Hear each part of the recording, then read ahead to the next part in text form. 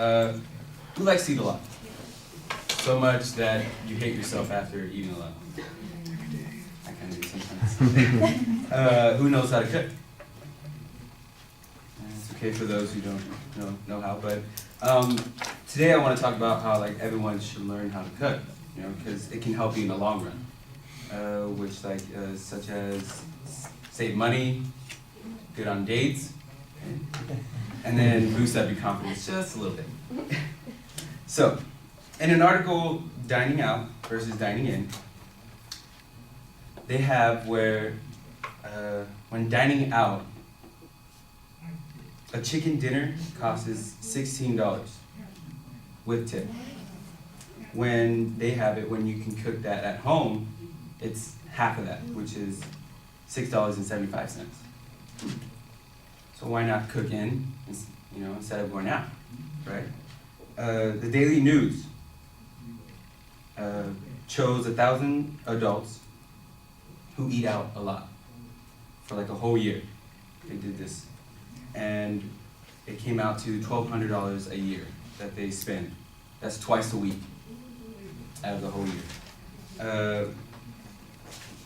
But the thing is that it's not that much, but if you add 3 more people, so like a family of 4, I got like the ratio of just for one night. For one night, that's $56 with tip. So add that up for like a whole year. It's a good $4,000 a year that you're eating or throwing out the window. But a good example is my friend.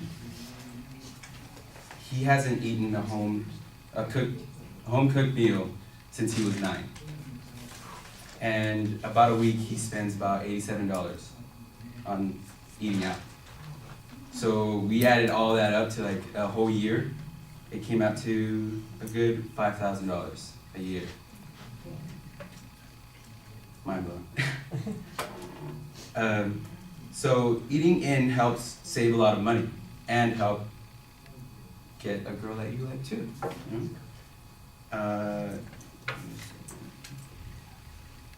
Dr. Joy Brown, who studied human behavior on dates, dining in helps take off the pressure.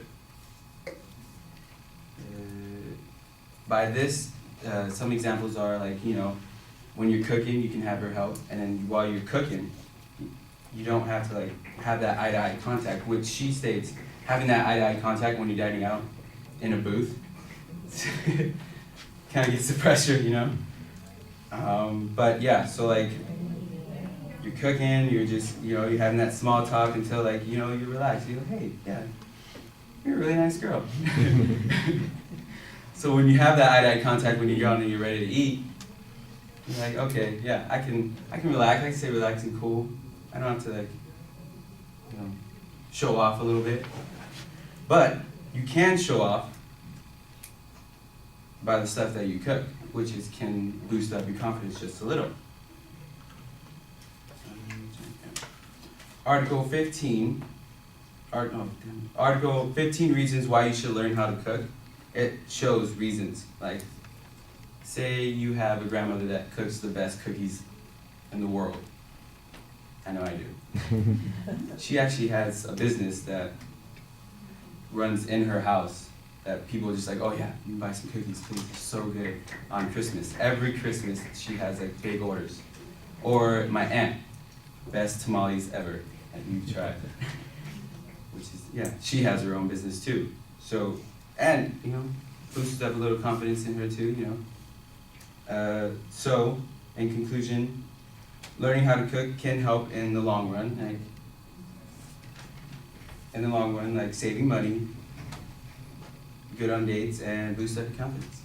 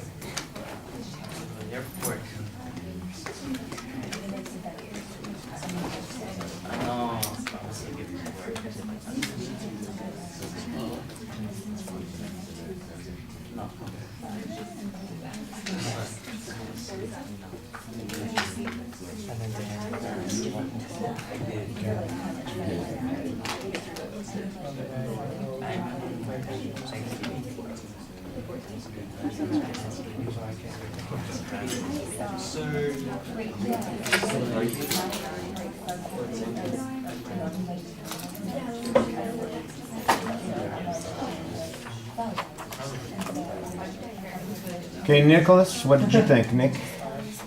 Your two attention getters were nice, so I think the first one you could have excluded out and leave the second one in. Your eyes, they have good eye contact, but it seems like you're just kind of scanning the audience and then looking down your notes. You were kind of a little bit shaky as if you didn't know what topics you're going to talk about next. I do like about you give a lot of personal experience and also articles that you've done for research. That was very good. And that's about it.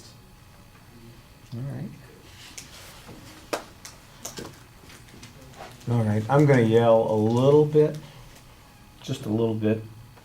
Audience survey as your attention device for your final speech. Didn't I beat you guys about that before? Didn't I yell at you and tell you that that's not what you want to do? All right, so, but you did it anyway. It's like a poke in my eye. Why would you do that? Let me poke the guy who's evaluating me right in the eye. Don't do that. I thought you had a clear statement of your goal. I like that. It's kind of an interesting topic. It's a good way to go about it. So I think that there's some fun stuff that you can talk about here. You've got some very good positive visualization and negative visualization in the speech. I mean, when you talk about the cost issues, for instance, I think you're doing a nice job on that. You come up with some statistics that you've generated on your own, and plus you've got some research backing that up. I think that you could use a little bit more information in that category. When you get to the second category, I think that there's something good there, but it doesn't develop very much. I mean, you've got that one quote there about how it might be a little bit of relief from having to stare at the person across from you in the booth, and there's that negative vision. What do you talk about? How do you? But when you're doing something and you're engaged in something, it's something that people can do together. That's kind of a nice sort of thing. But you need to go beyond that. That's like a single example, and there's stuff in that category that might be fun. How do people perceive other folks who can cook well? What kind of impression do they leave? What opportunities does it open for you outside of that single experience? Anything that would kind of fill that in. Plus, if you had a story about it, for instance, and how well it went and how your current girlfriend decided that you were worth spending more time with because even though they weren't your aunt's tamales, they were pretty damn good tamales that you fixed that night or something like that, then I think that would sell that a little bit more. And then I think in the last section you've got the examples again, but I think you need to have a little bit more there. So content felt a little bit thin. What's missing for me, you've got this whole thing where you set up this need. Here's what we need to learn to be able to do, and I keep waiting for the solution. So how do we learn how to cook? How do we do that? How do we get to the point where it's relatively simple? And you need to give us some baby steps. You need to give us some direction. Where could we go for advice? How could we do something about this? Because right now, if I did that, invited somebody over to cook, well, let me show you how I fry an egg. It's really nice, It wouldn't make a very interesting conversation. It wouldn't last long in the kitchen, that sort of thing. And I'm not exactly, it might save some money, but it would be pretty boring, that kind of stuff. So you need to talk about how people can do some things that are really simple.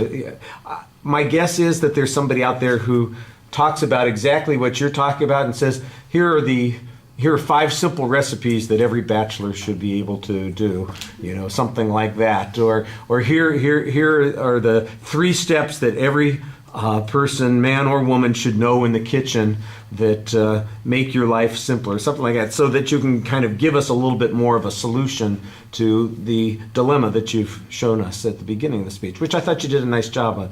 The delivery things, I think you've got good variety in your voice, and there's some nice gestures when you're speaking. The pacing feels off on the speech. That's in your voice. There are some odd pauses and hesitations here and there, and your eye contact. Nick thought you were kind of just kind of gazing at the audience.